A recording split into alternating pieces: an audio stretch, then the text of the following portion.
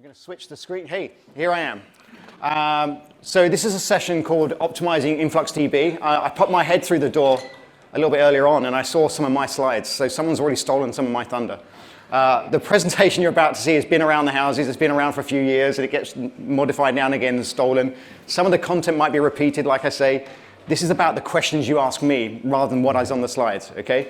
So this is about real-world stuff. There's some slides here to kind of hopefully stimulate some questions and people think about it and go, why is he telling me that? And maybe ask the question. So no Q&A at the end, questions and hopefully some answers all the way through, okay? So my name is Dean Sheehan. I run the pre-sales engineering group at Influx. So I speak to hundreds of customers, throughout a year, customers and prospects, where they talk to me about their use cases, and we're trying to help them kind of make the best use of Influx, okay? The gray hair, that's my age. It's not Influx, it's not that Influx is hard to optimize, okay? The gray hair comes from 2 kids and being the age I am. Influx is very easy to use. In some ways, that's a problem. It's very easy to get up and running, and before you know it, you've got data in, you're querying it, everything's great, and then a year down the line, things aren't working out well because you've made some assumptions. So we're here to kind of try and correct some of those assumptions and make sure that you have a great experience a year down the line when things are 100 times bigger than when you started out, okay? So, briefly, this is the agenda. We're going to look at getting data into Influx in a good way, a healthy way. Well, actually, no, first of all, I changed this around this morning. We're going to look at what's a good model for the data in Influx, okay? Data modeling or schema design, call it either one of those. How to get data into Influx in a healthy way, in a clean way, in a way that maximizes the use of network and CPU and storage. Let's call that writing. And then I thought if we're ingesting data, maybe we should excrete the data. It's not really a good use of the word excrete, but hopefully you'll get the joke. Querying, how do we get data back out of Influx, on things we should bear in mind when we're kind of querying Influx. And then some general configuration statements, okay? And so like I say, when you've got a question, raise your hand.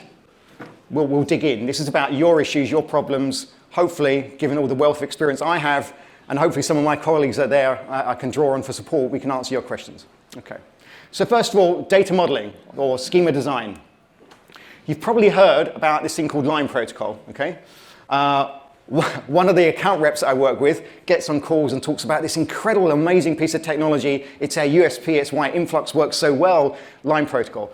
It's just a text format. It's a bit like CSV, okay? It's just some values on a line. There's nothing incredibly smart about it, beyond it being really simple. And it takes a lot to be simple, yeah? It's quite easy to build complex systems. So maybe the smart area is building something really, designing something really simple. So line protocol, there's the format. The data comes into Influx in this format of a measurement name, a set of tags, the tag set, and then a set of fields, and then a timestamp, okay? So a measurement name, here's an example, stock prices. You can think of measurements. It's okay to make analogies to relational databases. Like all analogies, they break, okay? So be careful with the analogies, but it's not unreasonable to start off with the idea that a measurement is a bit like a table, okay? It's a container for stuff. The name of that stuff should probably represent the type of things that are in it, okay? So stock prices, yeah, that's probably a good example for a measurement name, okay? Tag set, it's a comma-separated list of key values, okay? These key values, or really the values, are the things that identify the time series, okay? So they're ways you would go and find your data. I want to go and find all the stock prices for NASDAQ.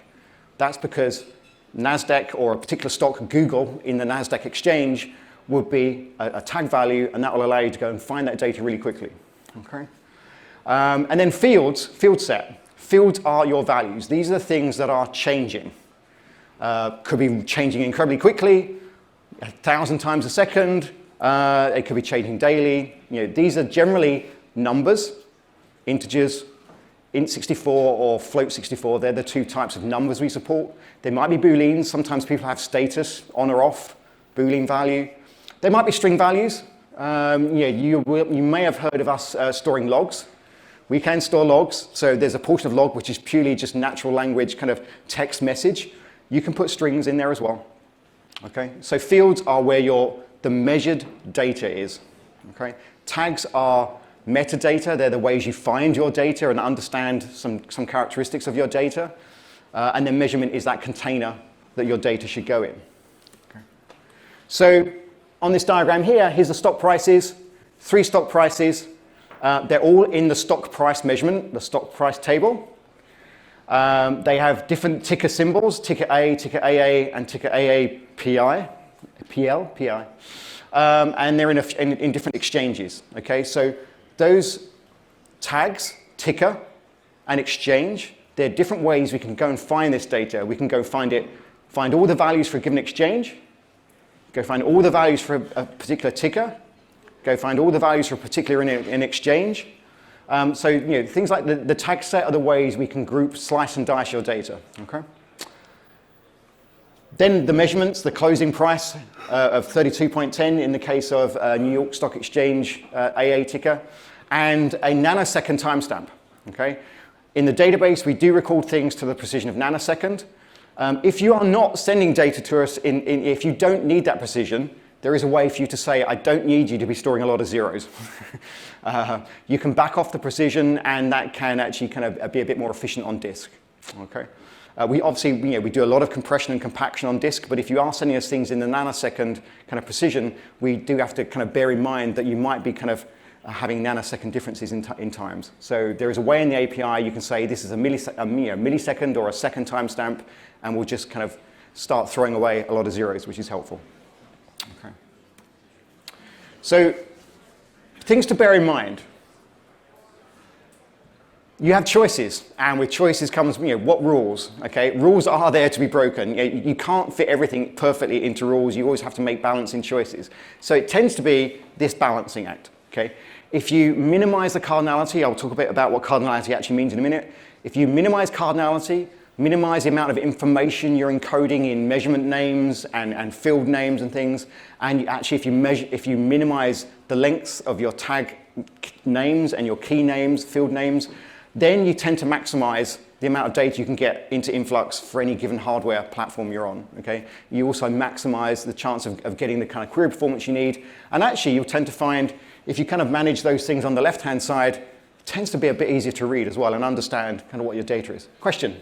Did you mean to say that the size of the tags, of names of tags, the size actually matters? It can, yeah. I mean, because so tags, tag names and tag values, whilst we store them once, they're used to look up a lot.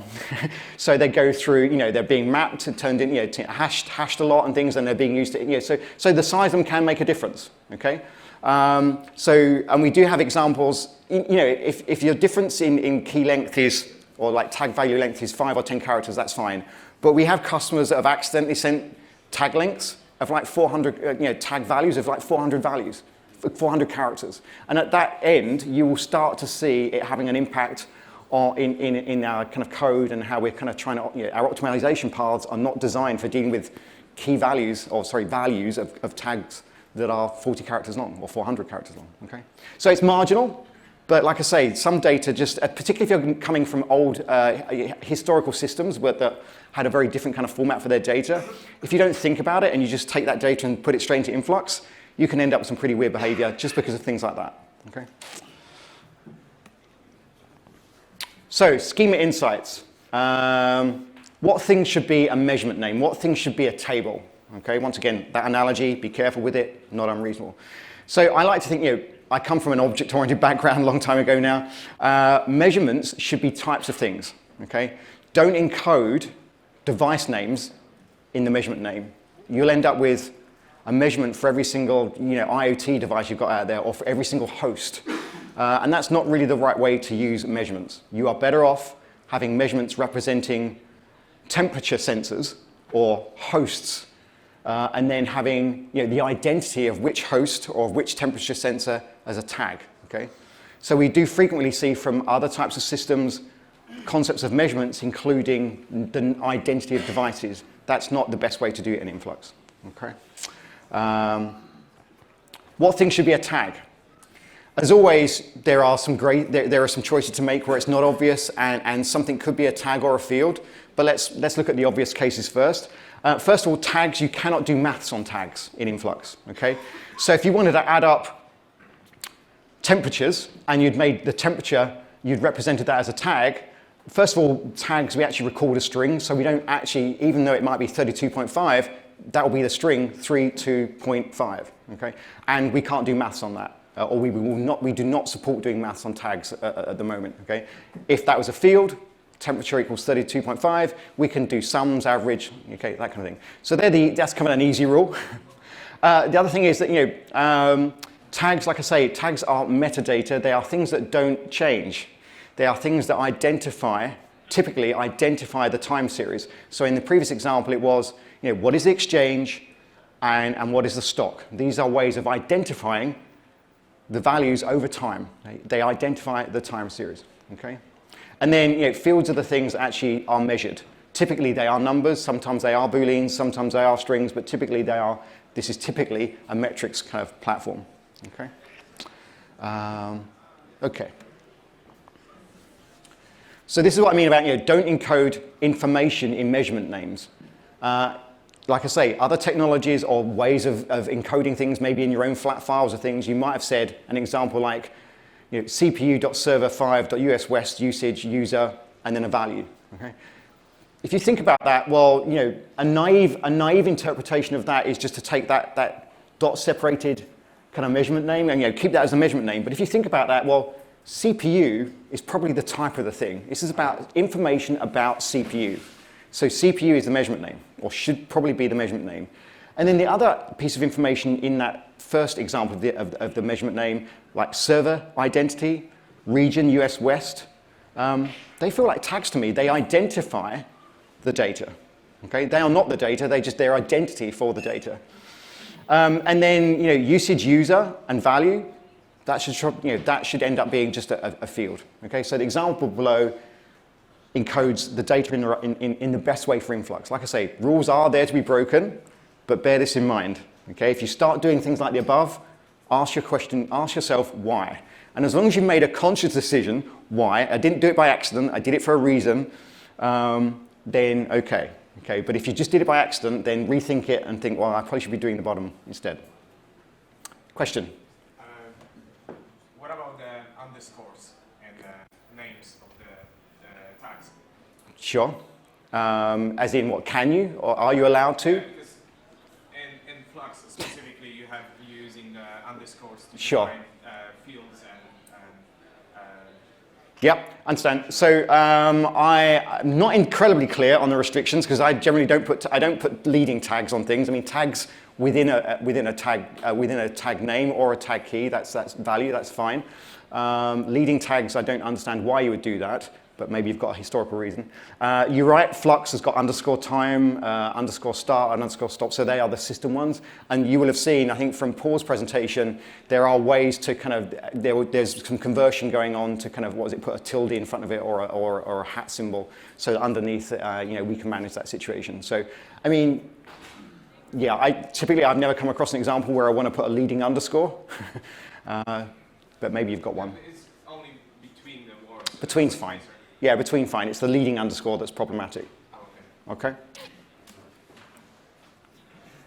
Don't overload tags. So here's an example where someone, once again, has put way too much information into a single tag value. So here, server equals localhost.uswest.usage_user. There's way too much information in that single tag kind of value. And what that means is it then gets hard to slice and dice that in different ways. Yes, we support regular expressions, so you could kind of crack that apart. But if you just think about it and what's a clean way of expressing that? Well, host equals localhost. What's the region? US West. And then as a field, once again, usage system equals, and then a number. Okay? So a bit like measurement name, don't encode too much information into the names of kind of those keys. Yeah.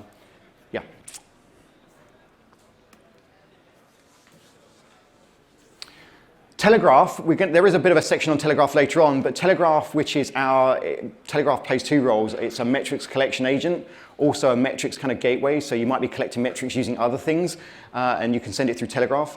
Telegraph actually has a way of kind of reformatting some of this data on the fly, okay? So, the data might be coming off your systems in a way that's not ideal for Influx. Telegraph does allow you to do quite a bit of kind of reformatting purely within the tool, just through configuration files, allowing it to transform that data kind of effectively on the wire, so it hits Influx in a cleaner kind of shape. Okay, here's an example where the data coming in might be using something like the Graphite format, which tends to encode a lot of information in the measurement name, and you can use kind of the Graphite format in Influx, and then tell it how you want it to unpack that and turn it into measurements and cleaner tag kind of set names or tag names. Okay. So if you do things like that, if you make those choices, not only is it easier to kind of understand as a user, it ends up being smaller in a lot of situations as well. Smaller, on the wire, smaller on disk. We'll talk about kind of later on. So the kind of thing you might have got from Graphite. I'm not bashing Graphite, but the kind of data you might have got from Graphite or other historians, a lot of other open TSDB might look a little bit like the above. The top section, individual values with very complex kind of measurement names. And if you convert that all in the right way, you end up with a single line. What is the type? What are all the individual measurements? And what's the timestamp for that whole bunch of measurements? Okay, a lot simpler to understand. Okay.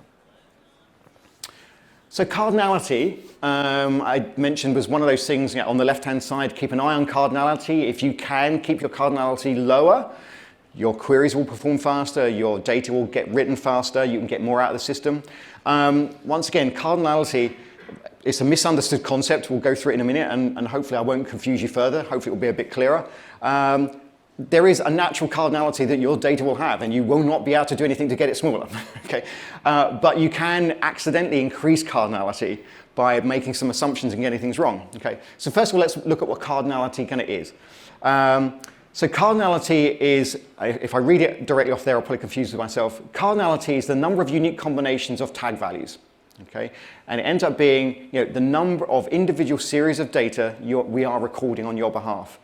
That can run to hundreds of millions in some cases. Okay? And so because it's the number of unique combinations of tag values, it's a multiplier. So as you increase the number of tags, and you increase the number of potential values in each tag that are uniquely independent of each of the other tag values, they multiply up. And because it's multiplicative, you can end up, if you're not careful, having cardinality of billions. Okay? So here's an example here. Tags of host, app name, and data center. So 3 tags, each of them having host has 35 values, app name has 10 possible values, and data center has 4 possible values. Now you might think, that's 35 times 10 times 4. Now that's certainly not a bad first start of what the cardinality is, and that would get you to what? 350, 12,000 or something like that. Okay? It's actually not quite that, because it turns out that data center and host name that they're not kind of completely independent of each other. Hosts only exist in one data center. Okay? So host effectively, or data center effectively kind of drops off that multiplication. So what you've really got is hosts times app name, so 10 times 35, okay? That's assuming that every single host is capable of running, on occasion, every single app, okay? So think through your cardinality, make sure you're kind of clear on what cardinality is. If you look in our documentation, I think in 2 places there are two different definitions of cardinality, okay? One of them includes the field names as well, okay? But they are not multiplicative, they are just adds. So if you've got 100 fields on the end, it's not going to make a big difference. But so it's really focused on the tag values and are they independent? And if they are independent, how do they multiply up? Like I say, before you know it, you can have hundreds of millions further than that. Now, Influx has been tested, I believe, we've tested Influx using a particular index type to about 600 million cardinality. I think we probably run out of budget. That wasn't, it just fell over. It's like running that kind of cardinality, putting that amount of stuff on disk, takes a lot of time in Amazon, and our CFO says, that's it, you've run out of budget. We're not testing any further, okay? That exceeds many of the use cases we've ever come across, okay? Question? 200 million, how many data nodes? What, 600 million? How many data nodes? In what? So in the example I gave of 600 million? I don't know. In many ways, the amount of cardinality we can store is kind of unrelated to the number of data nodes it's stored on. until you say, well, how quickly can I get it in and how quickly can I query it? Then it does start to answer that. There's a session later on, another one of my sessions, where I talk about Influx Enterprise in clusters, and we can talk about how it's sharded and split up. Okay, so in a single node, in Influx open source, you have a single node. You've got to fit everything in a single node, or on the disk and on the performance that you can get out of a single node. Okay, in Influx Enterprise, where we have a cluster, the cardinality can be sharded as well, so that actually, we can spread the load around of managing that cardinality across multiple nodes. Okay. Yeah. The amount of cardinality that you have, it's equal to what amount of memory you need to have on that node? There's some kind of graph, but there's no data on them? Sure. So that really relates to a type of index. I think there's a slide at the end, but I'm going to go off piste anyway. So tag values form the underlying index in Influx. Okay, like I said, it's the way you can slice and dice your data and get to it quickly. So we all know that in some way that means some kind of indexing, and absolutely. So there are two index choices in Influx. One called immem, and that's the index that's been around for a long time. It's the clues in the name. All of the index is in memory. And so as you increase your cardinality, we're building up an index in memory, and before you know it, you've hit 64 gig of index, and you run out of memory, and it's a hard limit. It will just die. It won't load up. You can't do anything. But if you switch to the time series index, TSI1, that's an index that spills to disk. Okay. And so, obviously memory is being used, and we leverage the operating system memory mapping. So the operating system is mapping pages of pages of the index off the disk into memory as we access it. So, it's no longer a hard limit on memory. So, I mean, the impact of having small memory is performance, because the operating system is swapping in and out pages and starting page thrashing kind of thing. But it's not going to just break. It will just start to slow down if you put indexes of 1 billion kind of thing. The majority of the index is on disk at that point. Okay, does that help? Okay. Question? In that situation, does out-of-order data affect the performance? In the situation of cardinality, this is a discussion about cardinality. On indexing by timestamp. So unrelated to cardinality, late data needs to, depending on how late it is. So we do a lot of compression and compaction of things on disk. So, when a block of data has not been written to for a while, we will compact it down on disk to take a more efficient form on disk, more efficient in terms of how much disk it uses, but also more efficient in terms of we can read more off disk, more information off disk in a single hit on the disk, okay? And so, we believe, the design approach is that the general principle is, once a period of time has passed, you're not going to write back to the past, okay? And so we can, in general, compact things down and on that assumption. Now, if you then go and write some data that is in the past, we have to go back to that block of data, expand it, and then we will form the write, and then it stays uncompacted for a while, and then it will compact back down. All of that takes CPU. So yes, it does have an impact. I couldn't give you a 1%, 10%, 50% answer, but yes, it does have an impact. So typically, that's something, if you come to Influx and you want to upload a load of historical data, we tend to say there are ways of doing that. We think about it in a different way, that you should load all that data up in a forward order of time. And you should configure the disk, or our understanding of the disk, the shard duration, to be very, very large. So we'll let you just write all that data in as quickly as possible. We're not going to really worry about how much on disk it's going to cost. The important thing is to get it from your other system into Influx as quickly as possible.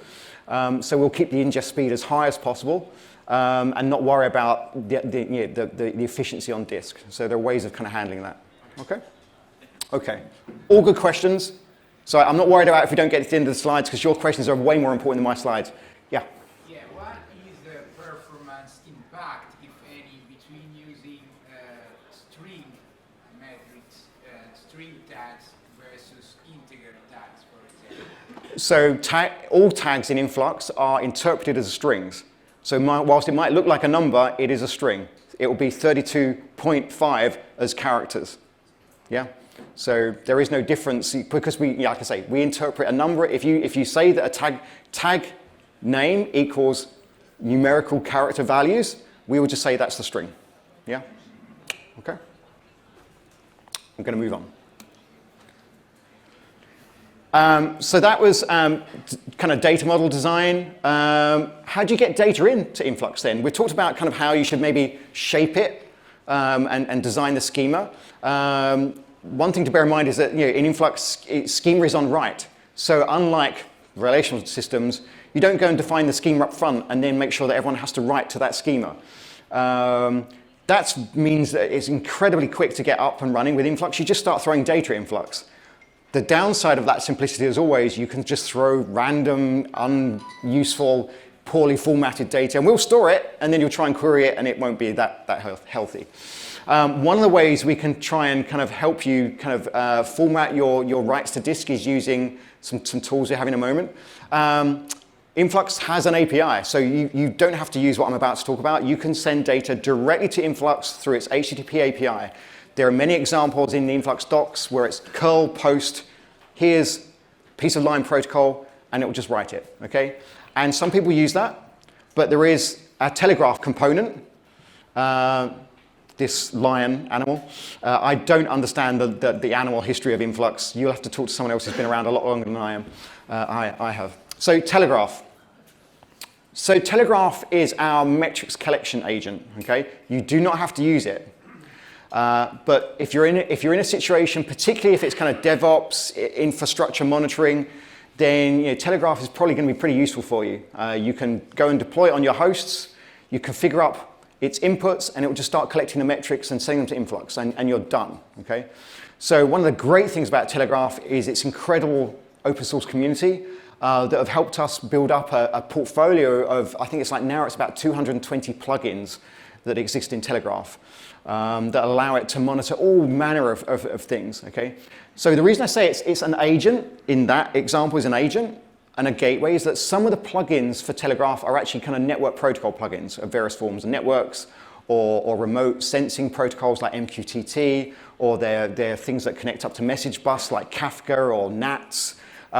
So in that way, Telegraph is acting more of a gateway. It will consume metrics from some distant source using some protocol, and then reformat them, turn them into line protocol, and send them on to Influx, okay?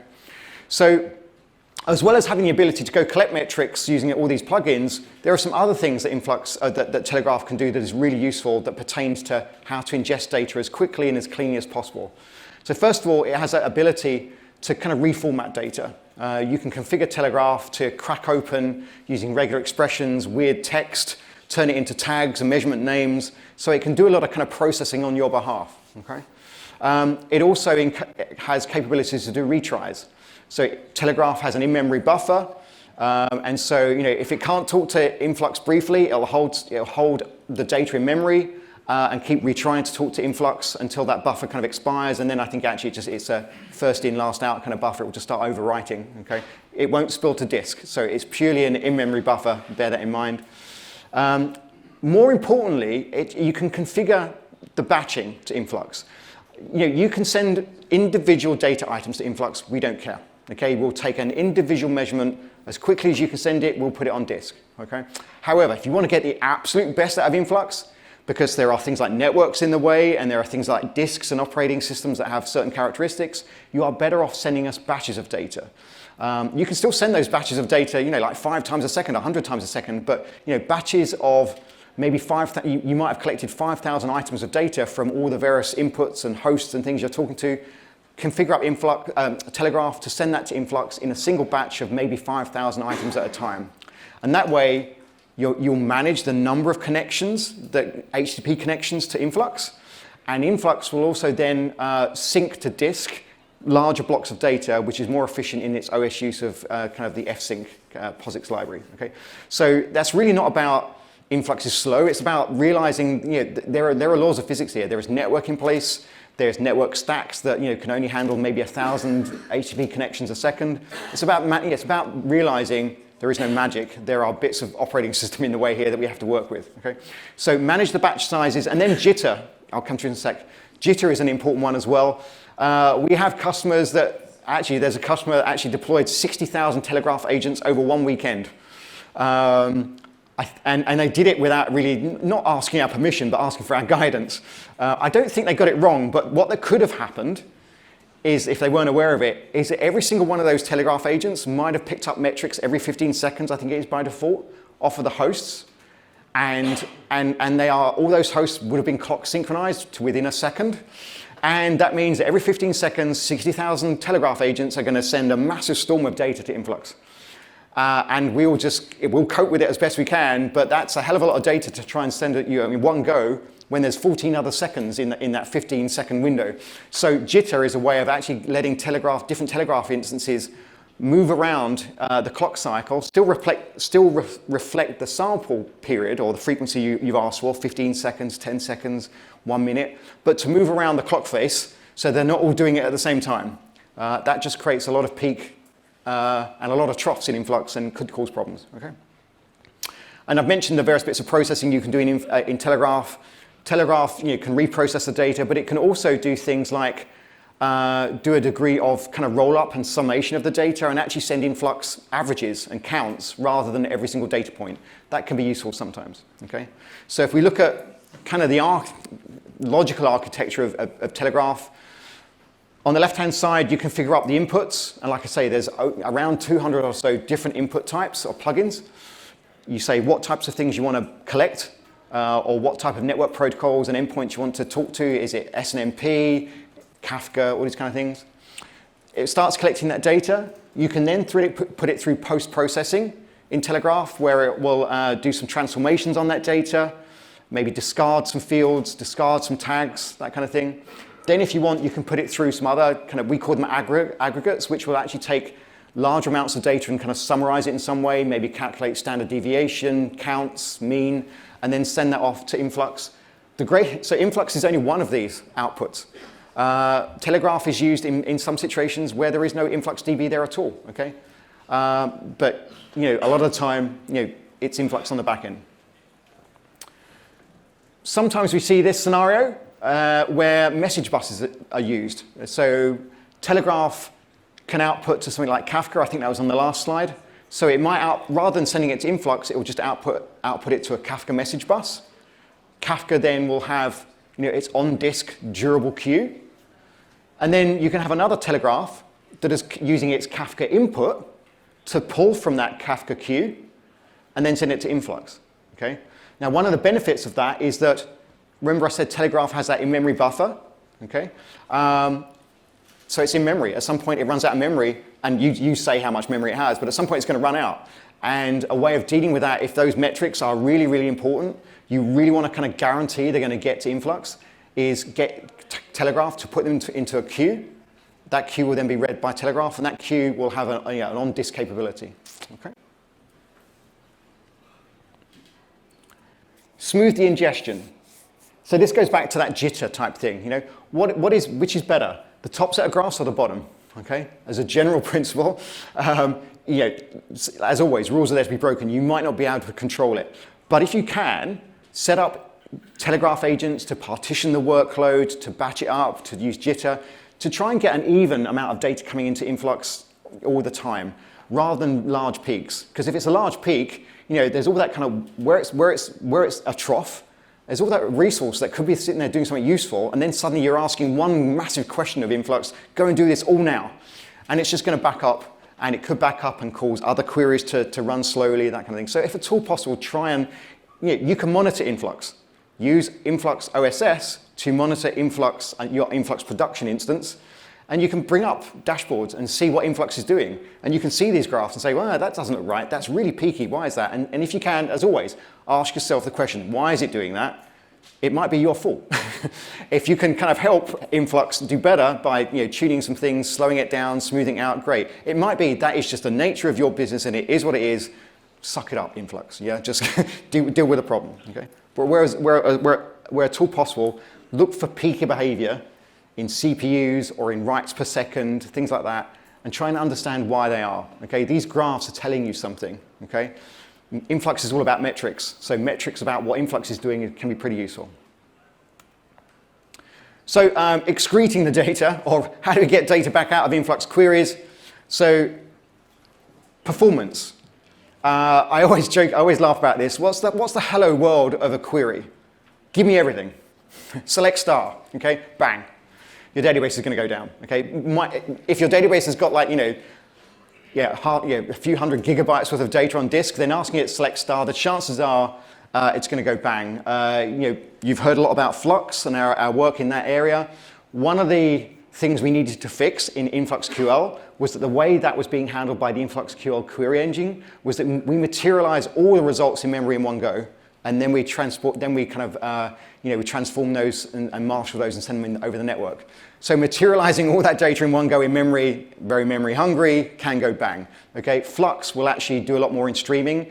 If it can stream, if it's the type of question that can be streamed, it will stream the data off disk, prepare partial answers on the fly, and start sending you those while it's still kind of reading off disk. Okay, that was, but still, asking give me all the data is probably a bad query. We're a time series database. That generally means you should probably say where time is greater than X and lower than Y. Bound your queries. Okay. The next bullet point, I tend to think of Influx as a big, like big data. Query big, answer large. Query large, answer small. So generally ask queries of a large data set, but return an average, return a standard deviation, return some down-sampled nature of that data. It's not often that you want, give me all the data in this time window. You probably want Influx to try and do some processing and give you some signal, give you some information about the data rather than all the data. As always, that's not always the case. Sometimes you just need the raw data. Okay. Question? If you do that, but you make your query still too large, then the database will fall over, which has, for us, often led to a process where you kind of try and guess incrementally smaller time windows until you find one that returns. Yeah. Other than using Flux, is there a better way to handle that? You can, so there are some controls you can put on to tell Influx, don't even attempt to kind of answer a query that's going to touch a million series or 1,000 data points or what have you. So there are some tuning parameters at the end of this, or they're not really tuning, they are upper limits to stop Influx trying something that you believe to be bad. But it is still a bit of guesswork, unfortunately. I appreciate that. Okay. And the bottom one is just another example of trying to kind of get Influx to do as much of your processing as possible. If you just want to find what's the minimum of the various maximums over a period of time, get Influx to do that rather than it sends you all the maximums over in units of time, and then we send you all that data, and then you find the minimum of all those maximums. You can do subqueries in Influx. Okay. So once again, that's about querying a large data set, answering responding with a small answer. I'm getting towards the end of my time, I believe. Influx Enterprise is a distributed system. Okay, so on the bottom half of this, so some of your queries can actually be distributed, parallelized, and then the node that received that actual original query request will aggregate the results and give you the answer. So there are certain queries, as it says there, that we can actually distribute and get distributed processing behavior. Some of the queries, unfortunately, just the very nature of the question, the mathematical question you're asking, require a single node to get all the data and then perform the maths. Okay. Similarly, there are these functions, these batch functions. This is where the memory problems happen, where we have to materialize all the data in memory. And then it can blow up. So bear that in mind. Okay. Finally, configuration. So I mentioned these two different indexes. It used to be the case that in-memory was the default. That might have changed.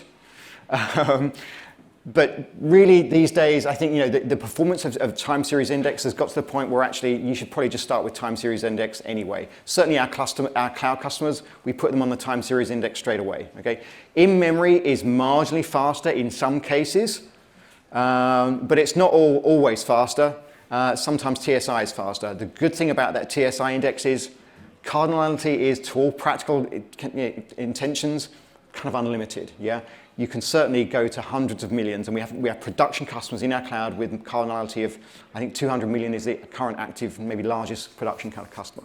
Okay, and that's because it spills to disk. Okay, and the other thing about TSI is because the index is on disk, and this is important for like your kind of open source community users, because the index is on disk, if you shut it down and you bring it back up, it just maps that index back into memory.